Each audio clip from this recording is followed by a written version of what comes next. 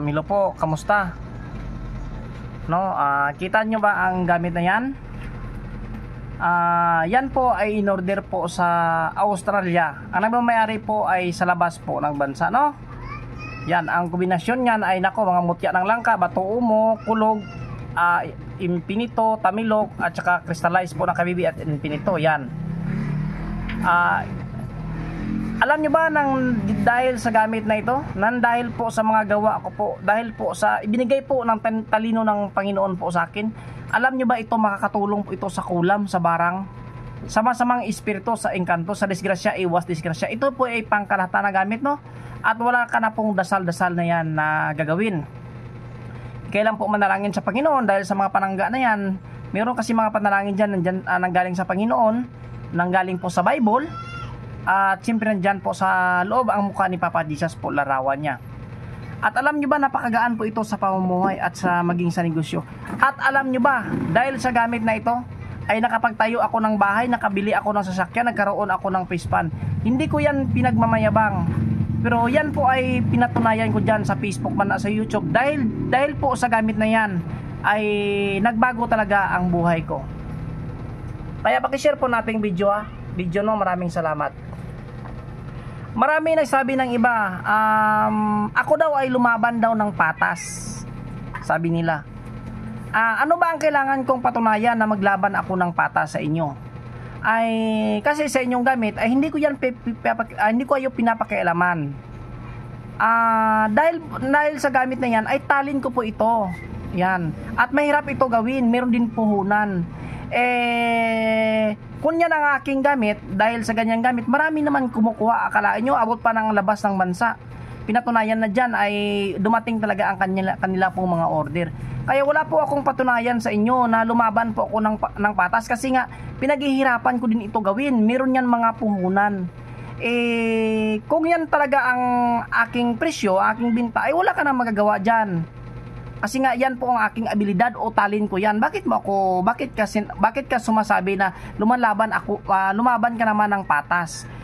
Gawin nyo lang ang sa inyo, gawin ko din po ang sa akin. Basta't importante, hindi ko kayo inaapakan, hindi ko kayo pinapakialaman. Kaya sabi ko, respeto po ulit sa kapwa nating mga antingiros o mga antingiras o ano man tawag sa inyo. Yan po aking katuwiran. At wala po akong commander, ako lang po mag-isa. Ang tawag lang po sa akin ay simpleng manggagamot lang, no? Nakatiri lang sa gilid ng sapa o suba. Hindi nyo rin akong pwedeng tawagin na commander. Ako lang simple lang pong tao. Hindi nyo din po ako pwede tawagin na yawi o maestro o anong tawag dyan. Kasi ako nga ay simple lang pong tao. Kabiboy lang po ang tawag nyo sa akin. Kaya wala akong inapakan na mga antingiros o mga antingiras man o mga gamot. Ako po ay simple lang po na nagbibinta lang po ng gamit. Yan. Basta't ako lang talaga ay hindi lang talaga ako pakialaman ay wala pong problema sa akin. Kaya yan lang po ang masasabi ko sa inyo, no? Kaya yan ay napagkatotoo nang dahil po sa gamit na yan, kita nyo dyan, nag-vlog ako dyan, nang dahil po ulit sa gamit na yan ay bumago talaga ang buhay ko. Alam nyo ba kung bakit? Napakagaan talaga ito sa pamumuhay. Napakagaan talaga sa negosyo. Pag meron kayong dasal na nanggaling sa akin, ako, babago talaga ang buhay nyo. At alam nyo ba yan, alam nyo ba ang lahat ng mutya na yan? Maniwala ka mo sa hindi. Nako, kakainin niya ng demonyo, maniwala kayo. Dasal lang po, sa dasal lang po natatakot ang demonyo. Yan, pwede nyo yan gawin anting-anting. Hindi kayo tabla ng baril o kulam, pwede yan. Pero pagdating sa demonyo, nako, kakainin niya ng demonyo. Evil spirits. Kasi alam nyo ba kung bakit? Takot lang po ang demonyo sa orasyon o Latin. Kaya dyan nakilala ako sa panggamot na yan dahil po sa malakas po ang mga dasal na nilagay po sa loob o malakas po talaga ang mga karga sa loob dyan. Kaya kung mayroon kang gamit na dyan ay nako, kung sakaling po talaga ikay kukontrahin, no? Sa mga kumukontra sa akin ay nako, wag nyo nang huminto na kayo. Alam nyo ba kung bakit? Mayroon akong kidlat ng ox, itinato po sa aking braso. Nako, alam nyo na ba ang kidlat ng ox ay nagsusumbalik yan. Nako, ay hindi kayo aahon sa kahirapan. Pag yan ang gamit na yan, pag ikay po ay kinukontra, ay ikaw po ay pinag-iinitan, ay nako, magsuot ka ng kwintas si Kabiboy, mayroong kidlat ng ox na yan. At alam nyo ba kung bakit? Yan po ay nabuhay na, nablisingan na, nabinyagan na, yan ay automatic na yan gagana. Kaya kung inaapi-api ka, nako, meron niya mga kahoy na sinukuan, no? Yan. Yan. Kung inaapi-api ka ay magsuot ka ng gamit na yan. meron yan sumbalik. Gagapang sila sa kahirapan pag ikaw po talaga ay gagalawin. Nako, gagapang talaga ang kidlat ng ox. Napakalakas po talaga. Sa lahat ng sumbalik, ang pinakamalakas lang ay kidlat ng ox. Nako. Kaya sa mga kumukontra sa akin, ay nako, tigilan nyo na yan. Ay wala kayong mapapala sa akin. Ako nga ay simpleng tao lang. Nabubuhay po ako ng simple lang. Nanggaling ako sa kahirapan, nanggaling ako sa sakit. Bago ako nakilalang manggagamot ay nagkasakit po ako ng 3 taon. Napakatagal ha. Akalain nyo, napakatagal. Kaya ako, pag hindi talaga ako papakialaman, hindi talaga ako nangangaway sa totoo. Kasi lahat ng tayo ay lahat po tayo ay babalik po sa lupa. Yan po ang aking masasabi. Kaya sa mga tao dyan na nagagalit sa akin, sa mga bashers ko man o followers, nako, wag na kayong magalit sa akin. Kasi nga, nanggaling ako sa sakit, no? Alam ko pong ginagawa ko. Isa din po ako matulungin at maunawain. At sa iba dyan, sa nais pala ng iba ay ako po talaga ay sigurado po na yung sabi ng iba na ako talaga ay maliit o anuman maliit o unano o anuman tawag nyo sa akin. Ito lang po masasabi ko sa inyo. Nang hindi pa ako manggagamot o antingero, dati na po kong athlete sa school ko. Kilala po ako sa amin dito sa mga National High School. Dati po akong athlete, no? Naglalaro talaga ako ng boxing. Kaya ngayon ay hindi ko na yan pinatuloy kasi baka pag pinatuloy ko baka ako ay maging Manny Pacquiao, no? Kaya huminto na ako, nagbablog na lang po ako ng anting-anting. Kaya sadyan po sa humahamon sa akin na maliit ako at maliit ako ay wag nyo lang ituloy. Kasi nga sa totoo, wala akong problema. Matino akong tao. Wala akong inapakan, wala akong inagabriyado, wala akong ginamit dyan na vlogger para sumikat. Simple lang po ako. Kita nyo naman dyan sa panggamot ko, ay napakasimple lang. Pero pag ako talaga ang inyong titirahin, ay nako, titirahin ko din kayo. Hindi ako takot. Sa totoo, no, hindi ako takot. Alam niyo kung bakit ay nasa mabuti ako. Nasa panig po ako ng mabuti. Kaya siguraduhin nyo man kung ako inyo talaga ay titirahin, siguraduhin nyo po na masintido nyo ako. Ay nako, pag hindi po talaga ay siguro kaya ko naman siguro magbili ng 40 sanggot, no? At hindi nyo ba alam, baka meron akong 40 sanggot na inilagay sa belt bag.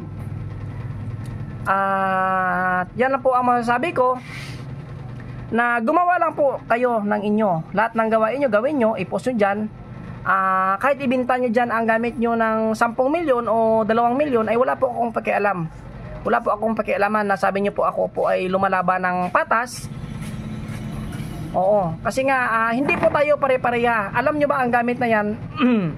Bago ko yan ginawa ay pinag-iisipan ko yan. Halos gabi na ko minsan gumagawa ng mga gamit na yan.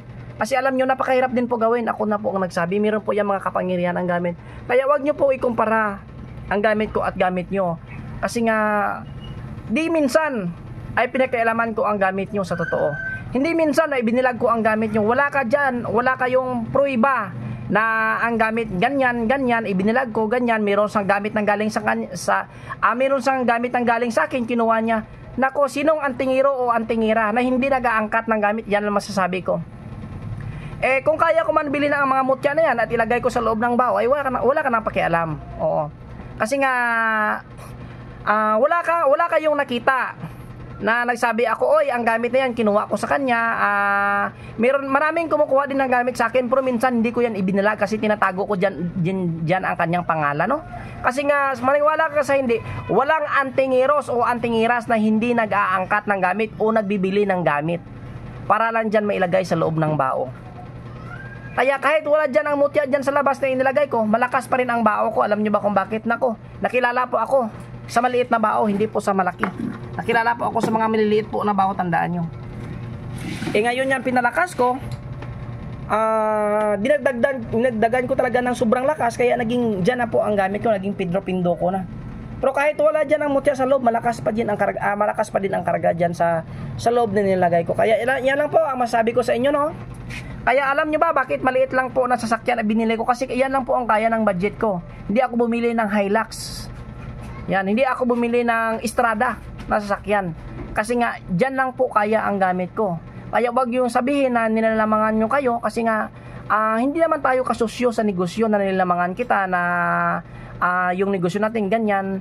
Wala po. Ako po ay gumagawa lang po ako ng tangan dito at binibinta. At nanggagamot lang po ako. Kaya hindi nyo sabihin na nilalamangan ko kayo.